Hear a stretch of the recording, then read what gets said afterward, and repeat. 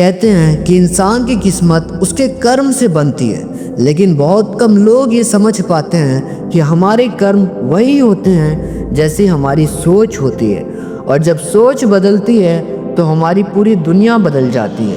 आज की कहानी एक साधारण से लड़के अर्जुन की है, जिसकी ज़िंदगी में सब कुछ उल्टा चल रहा था। अर्जुन एक छोटे से गांव में रहता था। उसके पिता किसान थे।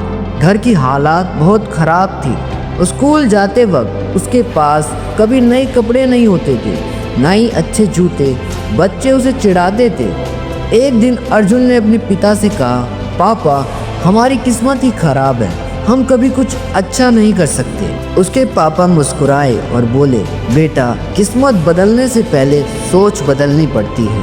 अर्जुन को समझ नहीं आया। उसने कहा, सोच से क्या होगा पापा, पेट तो खाली रहेगा ना। पिता ने कुछ नहीं कहा। अगले ही दिन सुबह वो अर्जुन को खेत में ले गए। वहाँ उन्होंने अर्जुन को एक बीज दिया और कहा, इसे जमीन में बो दो और रोज आकर इसे पानी देना। अर्जुन ने वैसा ही किया। हर दिन वह उस बीज को पानी देता रहा। एक हफ्ता बीता, फिर एक महीना, लेकिन कुछ नहीं हुआ। अर्जुन ने हार मान ली। उसने अपने पिता से कहा, देखा पापा, किस्मत खराब है, कुछ नहीं उगने वाला।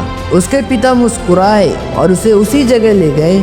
जमीन की मिट्टी हटाई और दिखाया कि बीज के नीचे जड़ें निकल चुकी थी। उन्होंने कहा, बेटा, ऊपर से कुछ नजर नहीं आ रहा था, लेकिन नीचे बदलाव हो रहा था। यही होता है सोच का असर। अगर तुमने उम्मीद छोड़ दी होती तो ये बीज कभी पेड़ नहीं बनता। उस दिन अर्जुन की सोच बदल गई। अब वो हर चीज़ में उम्मीद देखने लगा, मेहनत करने लगा। अपने हालात को कोसने के बजाय उन्हें बदलने में लग गया। पढ़ाई में ध्यान दिया, छोटी मोटी नौकरी करने लगा और कॉलेज गया। कई बार गिरा, लेकिन अब उसने कभी किस्मत खराब ही नहीं कहा। उसने हर बार अपनी सोच को पॉजिटिव रखा। 10 साल बाद वही अर्जुन एक बड़ी कंपनी का मालिक बन गया। जब किसी ने उससे पूछा, तुमने अपनी किस्मत कैसे बदली? अर्जुन ने मुस्कुराते हुए कहा, जिस दिन मैंने अपनी सोच बदली, उसी दिन मेरी किस्मत भी बदल गई। दोस्तों, इस कहानी से हमें यह सीख मिलती है, सोच बदलो, किस्मत खुद ब खुद बदल जाएगी। क्योंकि दुनिया को देखने का नज़रिया ही हमारी दुनिया को बनाता है। अगर आपको ये कहानी पसंद आई हो तो इसे शेयर ज़रूर करें, ताकि किसी और की सोच भी बदल सके।